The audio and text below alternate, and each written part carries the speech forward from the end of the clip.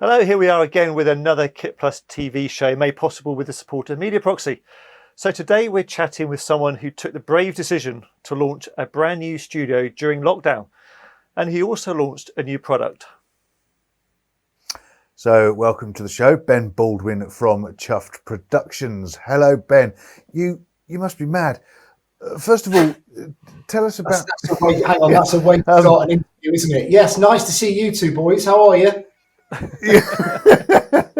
Well, tell us what happened. What was the story behind setting up this new studio? There was a thing called a global pandemic, and I got a bit annoyed of sat in the garage conversion cum granny flat at home with a granny who would, after lockdown, want to visit, and decided it was about time to take the step and open up a studio. And this is where we are. But the second point was we had a product that we'd been developing over the last couple of years that basically needed the space. It didn't work unless it was in a studio because it's a 6 foot by 4 foot piece of glass. And the smaller version of it, I had on a double bed, sat on my knees behind it in said granny flat, and it was a bit cramped. So I think you're alluding to Clearboard, and we're going to cover that in another show. Sure. Which people can find out all about. So just rewinding, with the new studio, Ben, what sort of tools have you invested in that particularly reflect the current climate? Well, that's, by reflecting the current climate, the short answer is not a lot. The whole point when I moved into it was basically what can we use, what can we utilise that we've already got? And as you guys know, I've been in the video production game for just over 15 years now, so I've accumulated quite a bit of kit over that time. Some of it obviously is obsolete, but a lot of it, has got longevity. So kind of the rule of thumb was what can we use what we've got and where can we spend money wisely that's going to improve production values or is going to be adaptable. So the latest bit of kit bought was the A10 Mini Pro. We already had the A10 Mini, and actually, so I'm running this call now through the A10 Mini and the Pros in the studio because we've got the multi-camera view for that now, and that makes more sense. But that's an easy thing to unplug. Can hook it up with all the existing kit. So things like cameras. So we're on Panasonic GH5Ss. We've got, I think, just about every product from Atomos that they've done over the years. We've even got an original Ninja in the setup somewhere because it still works, it's still effective. So everything from that through to the Sumo in the studio. But again, that was all mainly existing kit. Yeah, just just appointing it new jobs. Putting it wisely, there was no need to get anything new. So does this, did you see a difference in the type of jobs that you were getting? Was there, a different type of work? Yeah, it's interesting because when we were very lucky because we just finished a big round table shoot that was kind of 4 or 5 hours of material that needed cutting down into loads of videos. So that was something that kept us going through the first part of the first lockdown, while of course thinking, wow, that was interesting, sat this close to people. I floor managed that shoot and thinking, when are we going to get close to that ever again? And then of course it's moved into basically upping production values on remote filming. So a couple of scenarios for us. We have a big training client, and that was the head scratcher for us, which was the instructor was and still is and will be for the foreseeable in Norway, and he's got all the knowledge and he's the one that's got to present. So we had to look at a way of how we could do remote production with him. So the short answer, I guess, is remote jobs, but then also once the studio's up and running, is being able to work in a COVID-safe way. If someone can literally walk into the studio, stand in front of the camera, do what they need to do and walk out.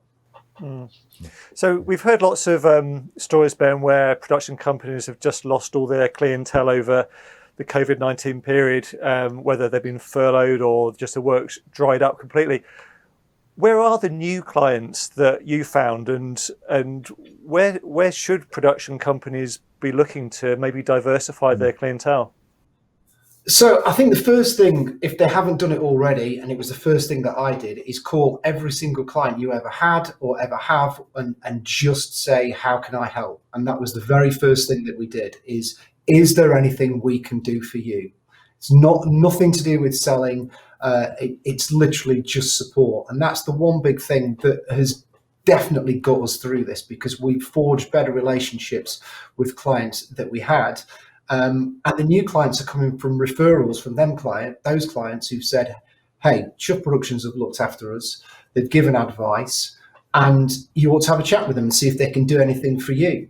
And it is about being the right fit. If I don't think I'm the right fit with the client, then I will look to pass them on to someone else who is. I think the big thing with a lot of production companies is and I've fallen trap to this one as well, is what do you need? We can do everything. Yeah, we can do this, we can do that, we can do the other, we can do the live stream, we can do the talking head video and everything. I think the more you can narrow down what it is that you specialize in, the better that you can help your client. So for us, it is internal and external communications as a wider thing. As a narrower thing, it's training.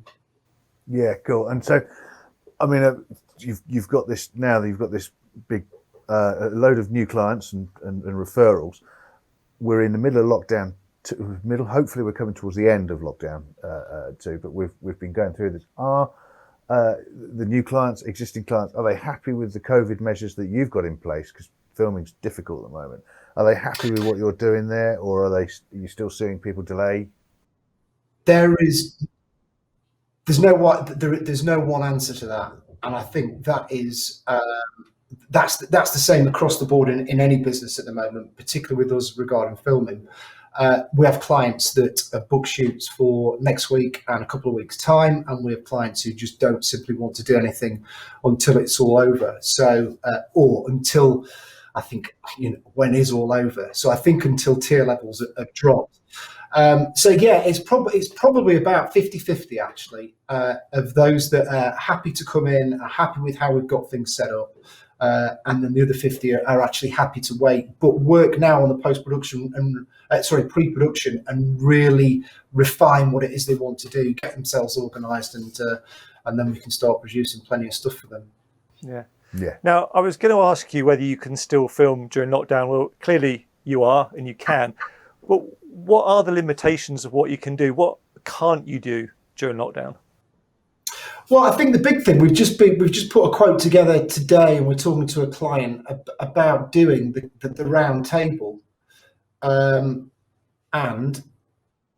the question was, how many people can you get in that studio, social distanced? And the answer was, well, it's probably, if you want to do it at 2 meters, then you can probably do 4 or 6. It depends on the size, obviously, piece of string, on how big the studio is. Or of course, you can then start to bring screens in. So it's not just about the impact of shooting as COVID safe as you can. I've heard people say, we're COVID secure. How can you be? You can only put in the measures as much as you can. There's no such thing as COVID secure. And I think that's the other thing about being honest with clients and talking to them and saying, we are doing everything we can to make sure that we can keep as safe as possible. And we're seeing it obviously on those bigger corporate and those bigger commercial productions, where they're putting as many measures in place, and a week into production, they're closing down because obviously, they've got an outbreak.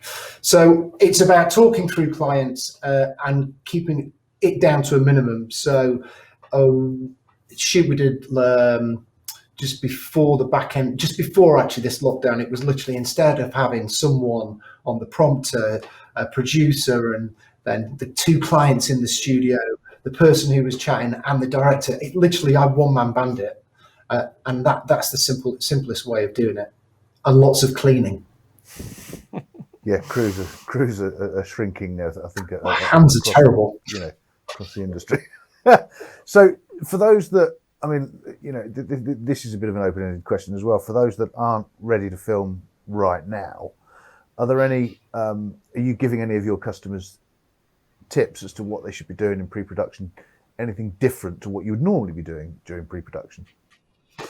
I don't think it's anything different to what we're normally doing, but they've just got more time. Often people want something, they want it quickly, they want it now, and then they get it and realise it's the wrong thing. And then when you pull it to bits with them, you find out that the brief was wrong, or that someone else, a stakeholder, has communicated something different.